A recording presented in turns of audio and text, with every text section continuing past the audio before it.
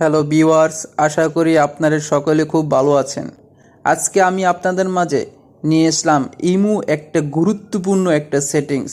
আপনি কি জানেন, আপনি যদি এই সেটিংটা যদি ফলো না করেন, এই সেটিংটা যদি আপনি চেক না দেন, আপনার সবচেয়ে শখের একটা ইমু অ্যাকাউন্ট হারিয়ে যেতে পারে। হ্যাঁ বন্ধুরা, এটা সঠিক আর এটা সত্য কথা। আপনারা হয়তো ভাবতে পারেন আমি ট্রল করতেছি, মজা করতেছি। না ভাই, ভিডিওটা আপনারা কেউ টানাটানি করবেন না ভাই, সম্পূর্ণ ভিডিওটা দেখার চেষ্টা করবেন। আমার একটা অনুরোধ, আজকের এই ভিডিওটা যদি আপনার কাছে যদি ভালো লেগে থাকে, আমার চ্যানেলটি সাবস্ক্রাইব করে আমাদের পাশে থাকবেন। ঠিক আছে, তাহলে চলুন মূল কাজ ভিডিওটি শুরু করা যাক।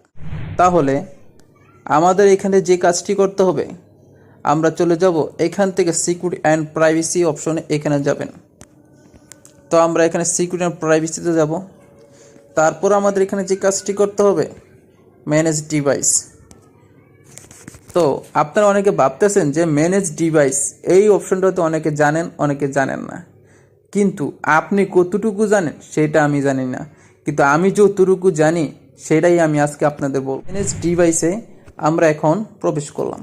দেখেন, আপনার এই ডিভাইস, আপনি যখন অ্যাকাউন্ট এখানে লগ ইন করেছেন, আপনি কি জানেন আপনার এক মোবাইলটা যদি হারিয়ে যায় বা আপনি মোবাইলটা কারোর কাছে বিক্রি করে দেন, ধরেন আপনি মোবাইল ফ্ল্যাশ করছেন, কিন্তু আপনার অ্যাকাউন্টটি থেকে আপনার ডিভাইসটিকে আপনি ডিলিট করছেন? কখনো না। দেখুন, ধরুন আপনি একটা লোকের কাছে মোবাইলে বিক্রি করে দিচ্ছেন, সে যদি আপনার মোবাইলটার নাম্বারটা দিয়ে সে যদি ইমোটা যদি লগ ইন করতে চায়, তাহলে কিন্তু সঙ্গে সঙ্গে লগ ইন হয়ে যাবে, কোনো ভেরিফিকেশন কোড যাবে না। তার কারণ আপনার ডিভাইসের সাথে আপনার ইমো অ্যাকাউন্টে আগেই কি জড়িত হয়ে আছে। আমি আপনাদের সকলকে বলবো, আপনার ফোনটি বিক্রি করার আগেই আপনার ডিভাইসটি আগে সঠিকভাবে সেট করে রাখবেন। ওই মোবাইলে লগ ইন করেই আপনার ডিভাইসটা আগে এখান থেকে ডিলিট করে দিবেন। ঠিক আছে, আশা করি বিষয়টা বুঝতে পেরে। দেখেন, আমার এখানে কিন্তু এই ডিভাইসটা কানেক্ট করা আছে। দেখেন, এখন এই ডিভাইসটা আমি তখনই ডিলিট করতে পারবো যখনই আমার এই সিম দিয়ে যে ইমোটা খোলা আছে সেই সিমের নাম্বারটা একটা ভেরিফিকেশন কোড যাবে, দেন আমি এখানে ডিলিট করতে পারবো। আশা করি বিষয়টা বুঝতে পেরেছেন। এখান থেকে ডিলিট করে দিবেন, এখান থেকে সব ডিলিট করে দিবেন। দেখুন, আমি আবার বলতেছি আপনাদের ফোনটা যদি কোনো কারণে যদি হারিয়ে যায়, ধরুন আপনি মোবাইলে ফ্ল্যাশ করে দিলেন, আপনি মোবাইলটা এখন বিক্রি করে দিবেন। আপনি কি আপনার বিক্রি করেছেন ঠিকই, কিন্তু আপনার অ্যাকাউন্টে কি এখান থেকে আলাদা করেছেন? কখনো না।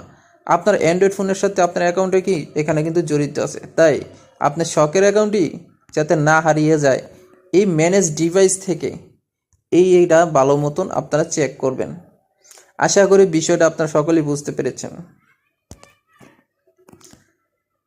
তো এই ছিল আজকের ভিডিওটা যদি আপনাদের সকলেই ভালো লেগে থাকে আর আমার দ্বারা যদি কোনো উপকৃত হয়ে থাকে, তাহলে আমার চ্যানেলটি সাবস্ক্রাইব করে আমাদের পাশে থাকবেন।